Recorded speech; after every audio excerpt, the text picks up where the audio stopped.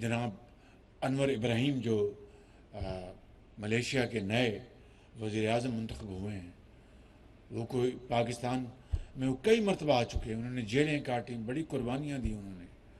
ان سے میری گفتگو ہوئی تو ایسا لگا کہ ایک خاندان کا فرد بات کر رہا ہے، انتہائی محبت سے اور انتہائی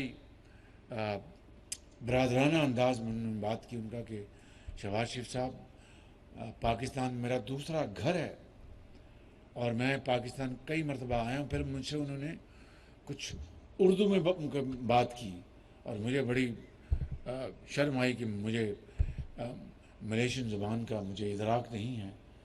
تو مجھے بہت خوشی کہ انہوں نے اردو میں بات کی اور بہت یعنی ایک پرتپاک طریقے سے انہوں نے مجھے بتایا کہ ہم پاکستان ہمارا برادر ملک ہے، ہم ہر طرح پاکستان اور ملیشیا کے درمیان تجارت بڑھائیں گے، سرمایہ کاری بڑھائیں گے.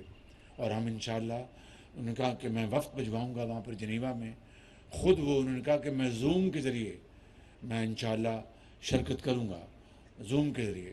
لیکن چونکہ وہ وزارت عظمیٰ کے قلمدان کے ساتھ وہ وزیر خزانہ بھی ہیں، انہوں نے بجٹ پیش کرنا ہے، تو اس لیے وہ خود نہیں آ سکیں گے، لیکن وہ شرکت کریں گے زوم کے ذریعے. ان کا وقت اسی طرح میں نے دوسرے برادر ممالک سے بات کی ہے، ترکی کے صدر سے جناب، قطر کے امیر سے بات کی، میں نے ابو دھابی کے اور یو اے ای کے جو صدر ہیں میرے بھائی محمد بن زائد، ان سے میں نے پرسوں بات کی ان سے.